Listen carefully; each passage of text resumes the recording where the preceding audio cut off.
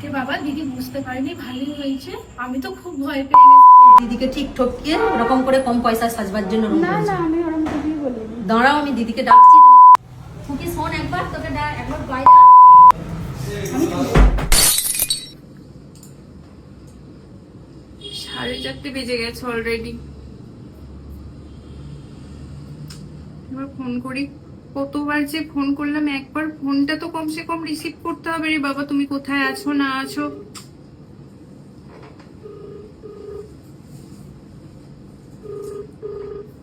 কি করতে চাইছে তো কিছুই বুঝতে পারছি না। দুটোর সময় টাইম দেওয়া ছিল, অলরেডি 4:30 বেজে গেছে, 4:35 বাজছে, এখনো পর্যন্ত এসে পৌঁছায়নি। নানা করে মনে হয় 15-17 বার ফোন করেছে, একবারও ফোনটা রিসিভও করছে না।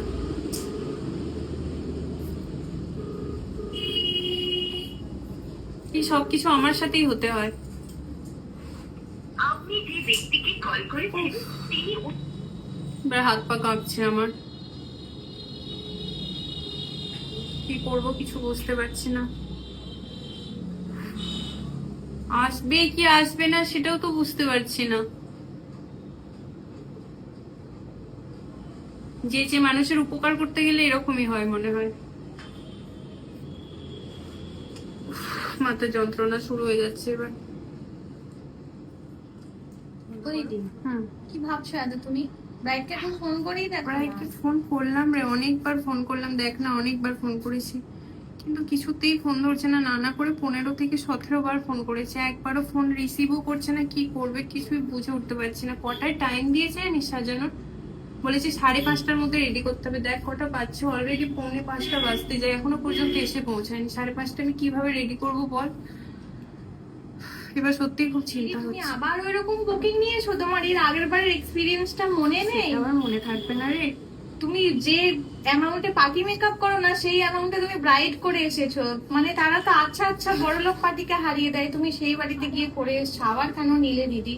এটা কি ওরকম হবে বলে মনে হয়? তো সবাই কি আর সমান হয় রে? মিথ্যেবাদী সবাই হয়। তারা মিথ্যে কথা বলেছে, ঠিক বলেছিস, ওরকমই করেছিল। সেও বলেছিল আমার বাবা মারা গেছে, দিদি আমার খুব আর্থিক অবস্থা খারাপ, তোমার কাছে সাজার ইচ্ছা। তুই ঠিক কথাই বলেছিস, কিন্তু আমার মনে হয় না জানিস তো মা এরকম হবে বলে। কেননা সবাই তো আর মিথ্যেবাদী হয় না বল। এবার আমার ওই কথাটাই বেশি খারাপ লাগলো যে বাবা মারা গেছে, আমার কাছে সাজার ইচ্ছা, টাকার জন্য সাজতে পারবে না।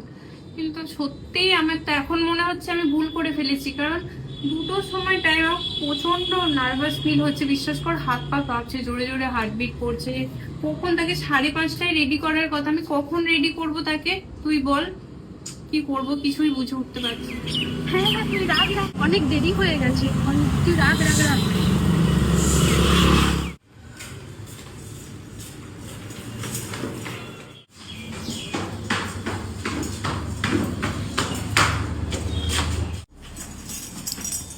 বাবা, আমি তো গয়নাগুলো খুলে আসিনি। এবার দিদি তো দেখে বুঝতে পেরে যাবে যে দিদি তো ডাউট করবে আমাকে। আমাকে তো এবার ডাউট তো করবে। যা হোক করে দিদিকে তো আমি বুঝিয়ে বুঝিয়ে রাজি তো করেছি। এবার আমি কি ভুল বাবা, কি যে ভুল করে ফেললাম না, গয়নাগুলো পরে এসছে। এটাই তো মনে হচ্ছে।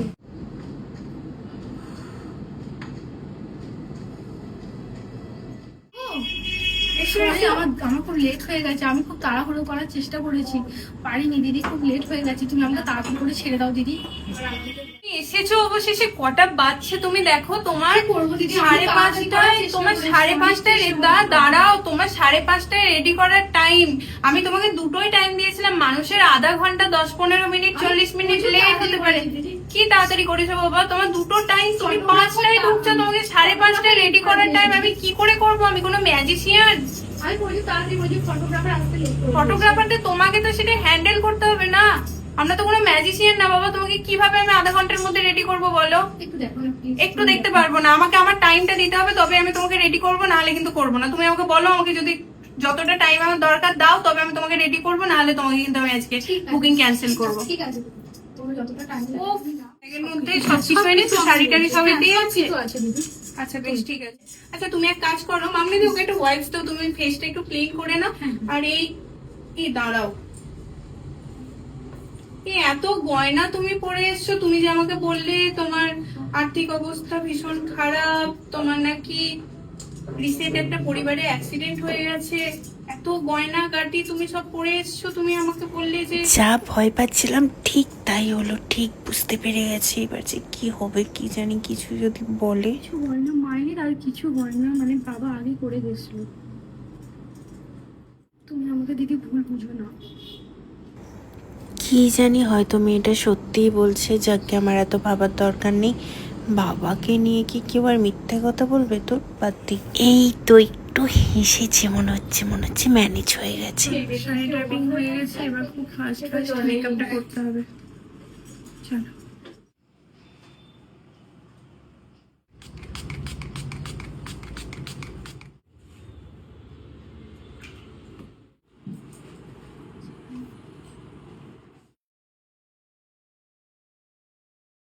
সম্ভব না, এভাবে কাজ করলে কিন্তু জিনিসটা মিক্সিং করে করা যায়।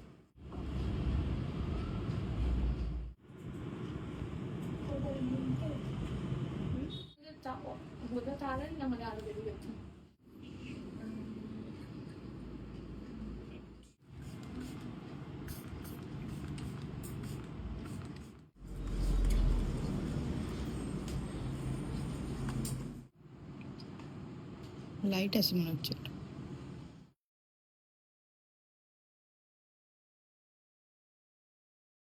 দিদি আমি আসছি তাহলে। হ্যাঁ, আর তুমি আমাকে পেমেন্ট পাঠিয়েছো? হ্যাঁ আমি অনলাইনে তোমাকে পাঠিয়ে দিয়েছি দিদি, আমি আসছি। হ্যাঁ আচ্ছা, যাকে বাবা, দিদি বুঝতে পারিনি, ভালোই হয়েছে।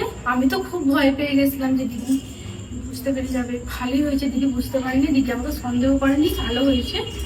যাই এবার। কিছু বললে? না তো, আমি তো কিছু বলিনি। কিছু শুনলাম জানো দিদি, শুনলাম কিছু বললে যে দিদি বুঝতে পেরে গেছে নাকি, না, শুনলাম আমি। তাহলে তুমি ভুল শুনেছো, আমি কিছু বলিনি। না আমি শুনেছি ঠিকই, আমি বুঝতে পেরেছি তখনই তুমি কিছু একটা বলেছো যে দিদি বুঝতে পেরে গেলে। না না, তুমি ভুল শুনেছো, আমি কিছু বলিনি। আমি শুনলাম তুমি বলেছো কিছু একটা, থেকেই আমার কিছু সুবিধা মনে হয়নি।